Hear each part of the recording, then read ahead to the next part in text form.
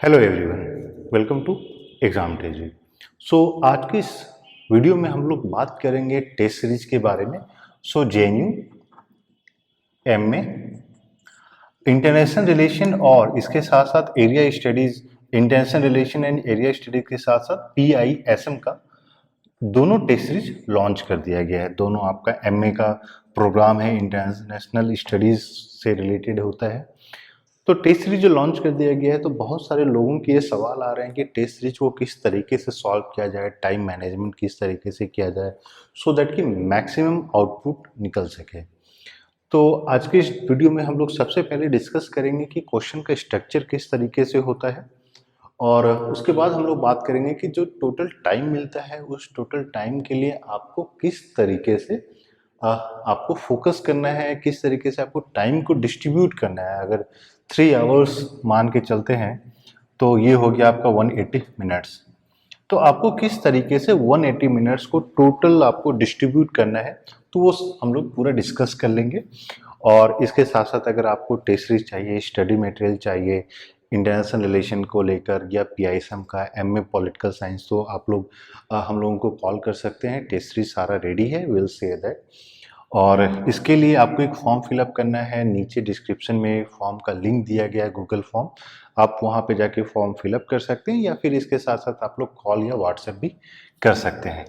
अगर मान लीजिए आपको व्हाट्सएप करना है तो जो हम लोगों का नंबर है वो है 8448878849 या फिर 9910943608।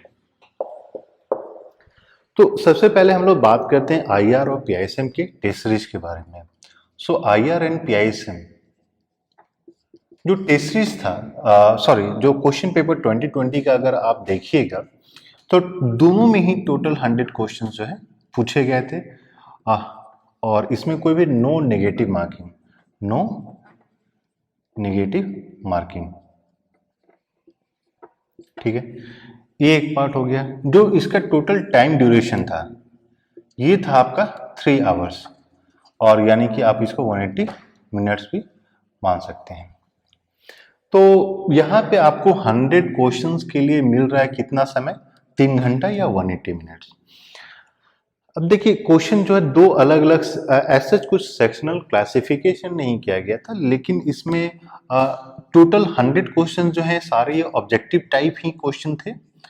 लेकिन इसमें 80 क्वेश्चन और 20 क्वेश्चन आपके कॉम्प्रिहेंशन या फिर आप बोल सकते हैं कि पैसेज, और 80 नॉन कॉम्प्रिहेंशन टाइप क्वेश्चन थे। तो अब सवाल ये आता है, क्योंकि बहुत सारे लोगों का ये कहना था कि जब वो टेस्ट सीरीज सॉल्व कर रहे हैं तो शायद उनको टाइम एडिक्वेट नहीं मिल पा रहा है और कुछ कुछ क्वेश्चन छूट जा रहे हैं। तो क्योंकि देखिए हम लोगों ने सभी को ये सजेस्ट किया था कि अभी भी जब भी आप टेस्ट सीरीज को सॉल्व करते हैं तो टाइम का फोकस लेके चलना है, और कोशिश कीजिए कि उस 3 घंटे में एक साथ बैठ के सॉल्व कीजिए, क्योंकि टाइम मैनेजमेंट इंपॉर्टेंट होता है। एक एंड से देखिएगा तो आपको लगेगा कि 100 क्वेश्चन है, 3 आवर्स हैं, 180 मिनट से बहुत समय है, लेकिन वो कितना एडिक्वेट है ये आप जब सॉल्व कीजिएगा उसके बाद ही आपको पता चल पाएगा। और ये टाइम मैनेजमेंट क्यों इंपॉर्टेंट होता है, क्योंकि अगर आप 2020 का कट ऑफ देखते हैं तो आईआर का आपका गया था 86, ये जनरल कैटेगरी की मैं बात कर रहा हूँ। वहीं पीआईएसएम का गया था आपका 83। अब कट ऑफ क्या होता है, उसमें बहुत सारे लोगों का कंफ्यूजन है। तो कट ऑफ होता है जो लास्ट स्टूडेंट का जो मार्क्स आता है, इसलिए आप ये सोच सकते हैं कि जितने का एडमिशन हुआ है सबका मार्क्स उससे ज़्यादा था। और आईआर में सिर्फ आपका 50 सीट्स होता है, पीआईएसएम में 115 होता है, तो उस चीज़ को भी आपको ध्यान में रखना है।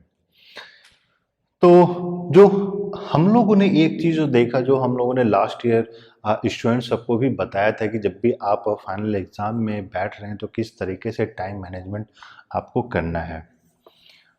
और जब भी आप टेस्ट सीरीज भी सॉल्व कर रहे हैं, चाहे वो आईआर का हो, पीआईएसएम का हो, तो कोशिश कीजिए उस पैटर्न को फॉलो करने का। आपको लेके चलना है 100 क्वेश्चन। इस 100 क्वेश्चन में सबसे पहले आपको 80 क्वेश्चंस को उठाना है। अब जो मान लीजिए आपने टाइम को कैसे डिस्ट्रीब्यूट किया, आधे आधे घंटे में आप डिस्ट्रीब्यूट कीजिए। पहला 30 मिनट, दूसरा 30 मिनट्स हो गया। फिर आपको थर्ड में आप यहाँ पे जब आप कर रहे हैं तो यहाँ पे आपको जो है टाइम डिस्ट्रीब्यूट करना है 60 मिनट्स का, 60 मिनट्स का। यानी मैं ये बोल रहा हूँ कि आपको किस तरीके से इंटरवल में देना है। आपका फोर्थ जो होगा ये भी 30 मिनट्स होगा और फिफ्थ होगा ये भी 30 मिनट्स होगा। अब टोटल ऐड कर दीजिएगा तो आपका 180 मिनट्स हो गया। जो पहला 30 मिनट्स है इसमें आपको उन 80 क्वेश्चंस में जितना आ रहा है एक लाइन से आप देखते चले जाइए। देखिए एक चीज जो आपको इम्पोर्टेंट है, जो ऑनलाइन एग्जाम जब से हो रहा है एनटीए के द्वारा, तो आपकी स्क्रीन पे एक बार में बस एक ही क्वेश्चन डिस्प्ले होगा और यहाँ पे आपको सेव, नेक्स्ट, क्लियर का बटन है। तो आप मान के चलिए कि हर एक बार अगर आप क्लिक करते चले जाते हैं तो 1 सेकंड का तो लैग रहेगा ही रहेगा। क्यों? और अगर मान लीजिए 100 क्वेश्चंस हैं तो उसमें भी आपको कुछ और समय चला जाएगा। तो आप ओवरऑल मान के चलिए तो टोटल 3 घंटे में 5 से 6 मिनट अगर आप क्विकली सिर्फ फॉरवर्ड ही करते चले जा रहे हैं, नेक्स्ट करते चले जा रहे हैं, तो आपका समय जाएगा। इसलिए आपको थोड़ा सतर्क रहना है। So the first 30 minutes, what you have to do is that you have to go quickly through all those questions out of these 80 questions which you can solve. बहुत सारे ऐसे क्वेश्चंस होते हैं, चाहे वो डेट्स को लेकर हो। मान लीजिए ये पूछ दिया गया कि south Korea and north Korea ये यूनाइटेड नेशंस कब इन्होंने ज्वाइन किया, या फिर आपसे ये पूछ दिया जाता है कि पाकिस्तान कब ज्वाइन किया, बांग्लादेश कब ज्वाइन किया, तो ये डेट को लेकर हो जाता है।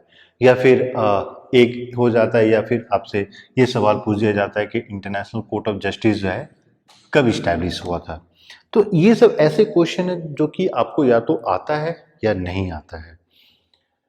तो सबसे पहले आपको वो सारी चीजों को करते चले जाना है। 30 मिनट्स में आपको कोशिश कीजिए 80 क्वेश्चंस को आपको सॉल्व करना है। अब देखिए यहाँ पे भी 80 मिनट्स में आपको कैसे क्वेश्चन सॉल्व करना है, इस पे भी आपको थोड़ा सा ध्यान देना है। आपका अगर मैं अलग अलग टाइप ऑफ क्वेश्चंस बताऊं तो एक तो आपका आया था डायरेक्ट एक लाइन दे दिया गया है, 4 ऑप्शन दे दिया गया। फिर है असर्शन रीजन टाइप का। फिर है आपका स्टेटमेंट्स टाइप का। स्टेटमेंट टाइप का इन द सेंस की स्टेटमेंट 1, स्टेटमेंट 2। फिर आ जाता है मैच द फॉलोइंग का। फिर आ जाता है कि विच of the following is correct, not correct, जहां पे आप ये बोल सकते हैं कि एक दे दिया गया है, 4 ऑप्शन दे दिया गया एंड सेलेक्ट करना है among all these 4, 5 whatever options are given। तो आपको सबसे पहले कोशिश करना है कि इन सब पे समय नहीं दें। क्यों? क्योंकि असर्शन रीजन में समथिंग जहां पे आपको देखना पड़ता है कि आप वहां पे असर्शन रीजन में कौन कौन से 4 ऑप्शन जो दिए जा रहे हैं, ए करेक्ट है, बी करेक्ट है, असर्शन एंड रीजन दोनों करेक्ट है, एक्सप्लेन कर रहा है, नहीं कर रहा है। तो अगर आप शुरू में ही उसको देखते चले गए तो वहां पे दिक्कत आ सकती है। तो आपको उन सारे को क्वेश्चन को सॉल्व करना है जो सिंपल टाइप के क्वेश्चंस हैं। मैच द फॉलोइंग इस केस में फिर आपके लिए आसान हो जाएगा, क्योंकि मान लीजिए बुक्स एंड ऑथर्स के बारे में मैच द फॉलोइंग है, idea of justice, theory of justice, आप क्विकली उसको कर सकते हैं।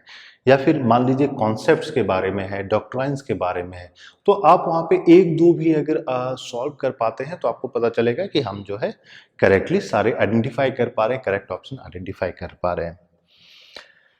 तो इसके साथ साथ जो स्टेटमेंट वाले ऐसे क्वेश्चंस होते हैं जहां पे आपको 4-5 ऑप्शन दे दिए जाते हैं एंड सेलेक्ट करना होता है कि कौन सही है। इनफैक्ट आप इसको भी कर सकते हैं, लेकिन मेरा सजेशन रहेगा कि असर्शन रीजन और स्टेटमेंट टाइप के क्वेश्चंस को अभी थोड़ा सा पॉज कर देना है, इसको होल्ड पे लगा देना है। तो मान लीजिए 80 क्वेश्चंस में आपके असर्शन रीजन टाइप के क्वेश्चन एंड स्टेटमेंट टाइप के क्वेश्चन मान लीजिए आपके 20 to 25 हो गए।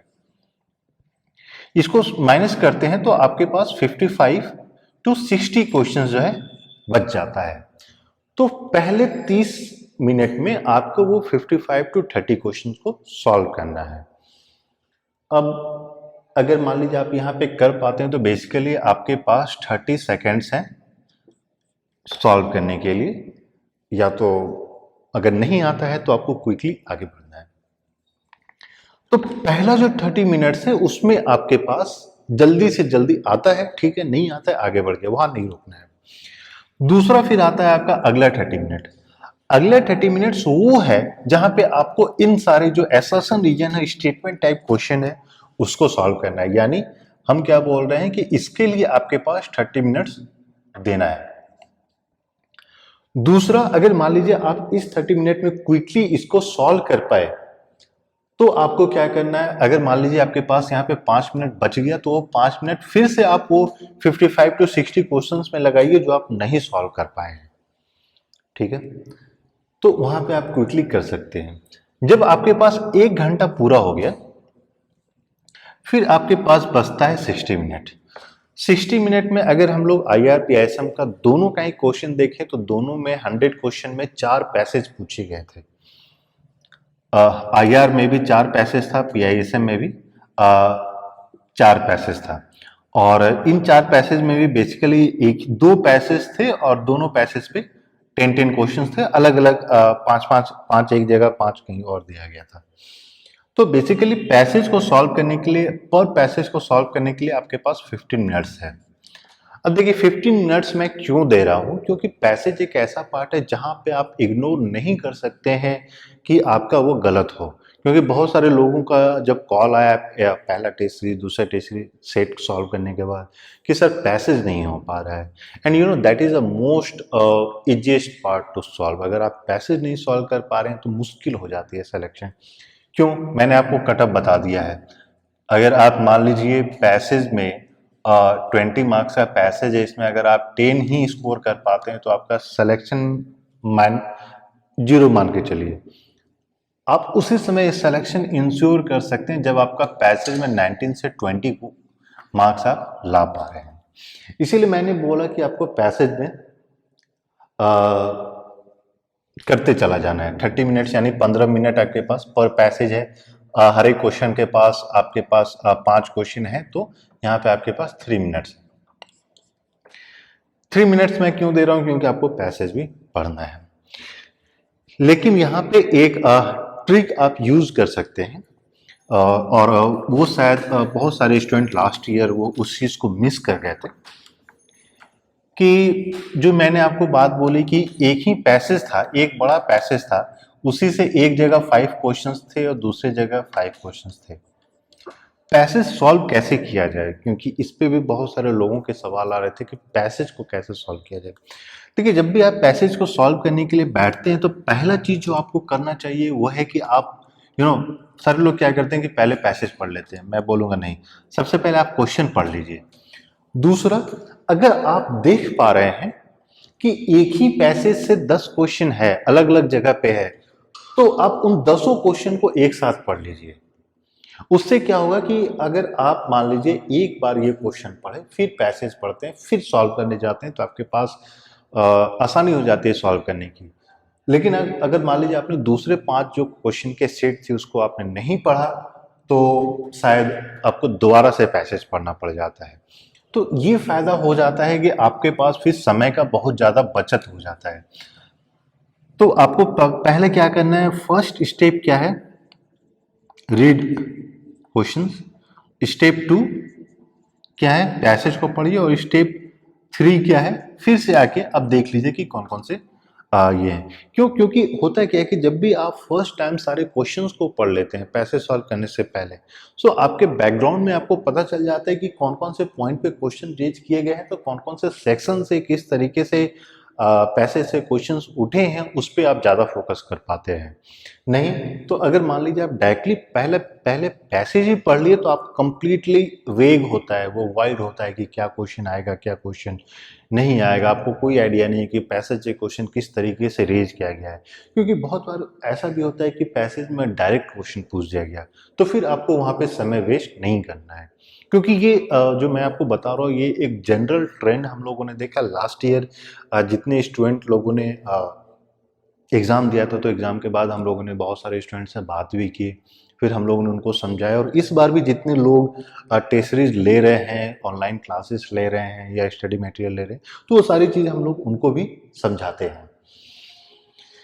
तो यही आपको यूज करना है। और आप देखिएगा कि अगर मान लीजिए एक ही पैसेज से 10 क्वेश्चन आया है, अगर आप ये कर पा रहे हैं, तो शायद 60 क्या आपके पास 40 टू 45 मिनट्स में आप सॉल्व कर पाते हैं।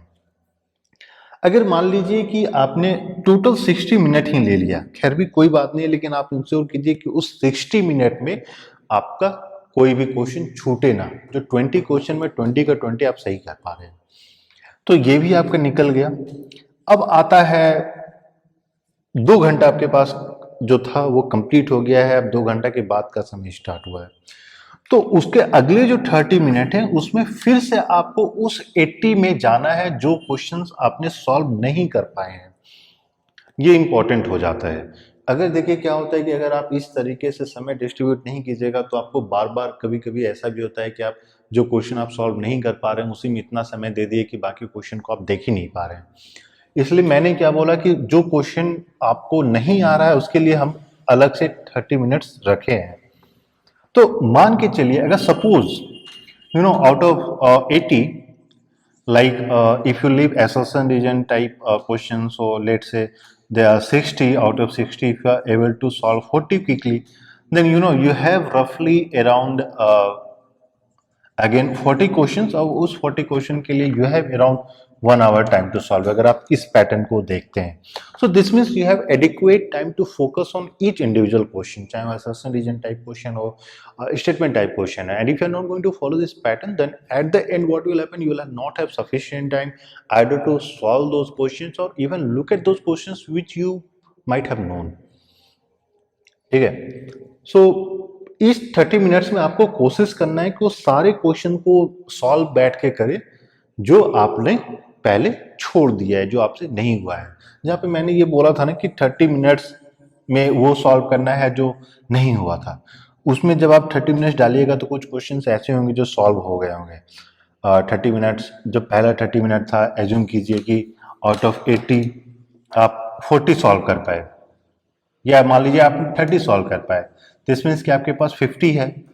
फिर से 30 मिनट मिला आपको, उसमें मान लीजिए कि आपने 20 सॉल्व कर पाए, फिर से आपके पास 30 मिनट मिल जाता है सॉल्व करने के लिए।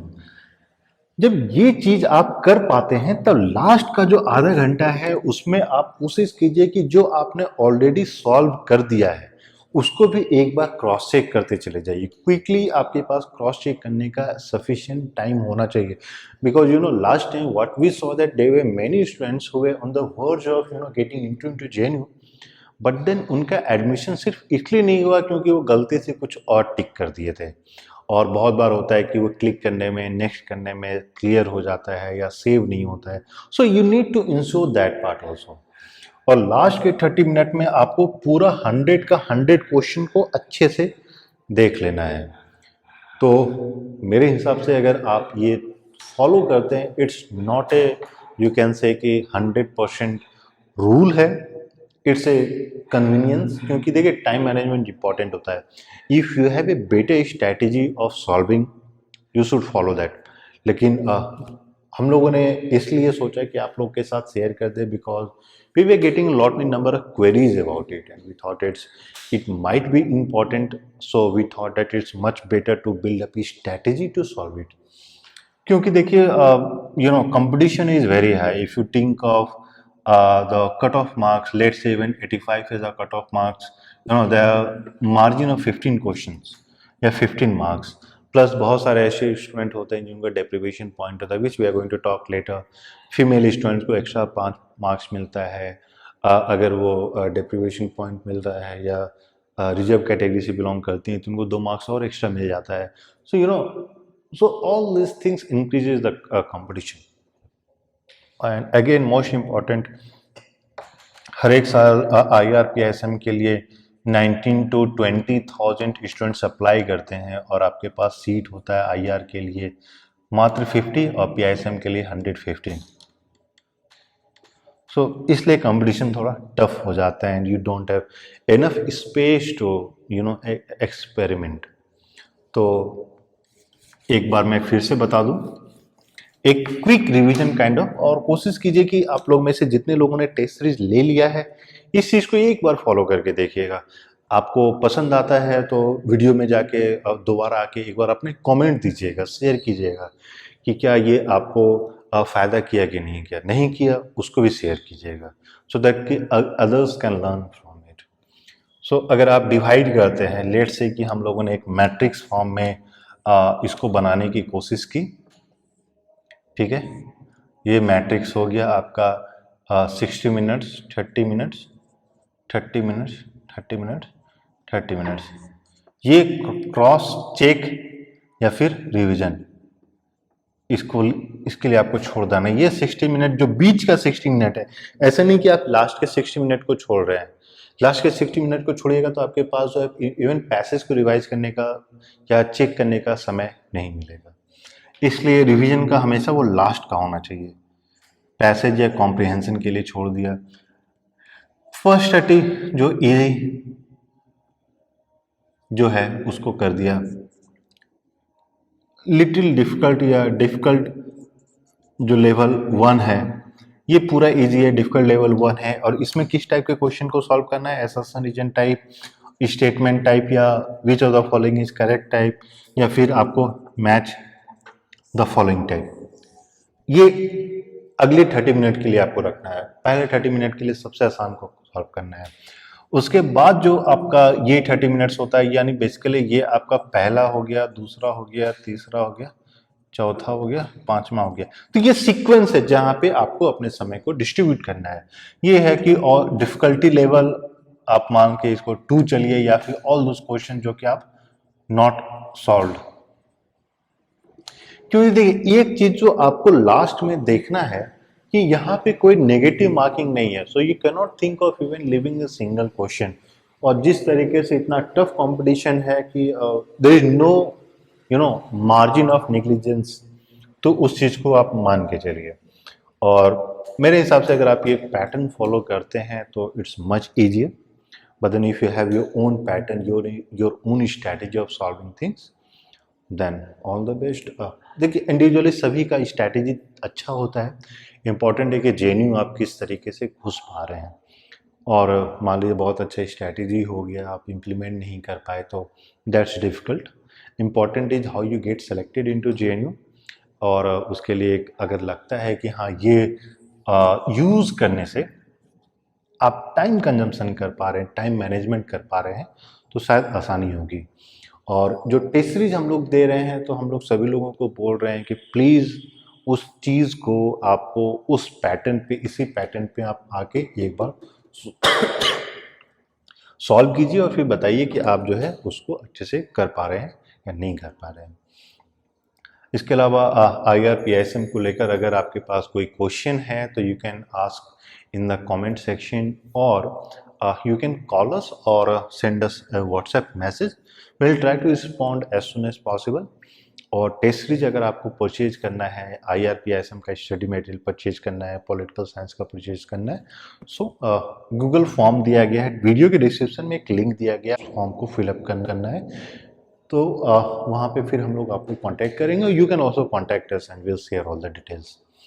और इसके साथ साथ जो है what we have taught that every day from now onwards will bring up something for IR and PISM, not only for JNU but also for other universities, so that कि आपको प्रिपरेशन में हेल्प हो सके। क्योंकि बहुत सारे लोग ये कॉल करके पूछ रहे थे कि हम लोग कहाँ कहाँ अप्लाई करते हैं।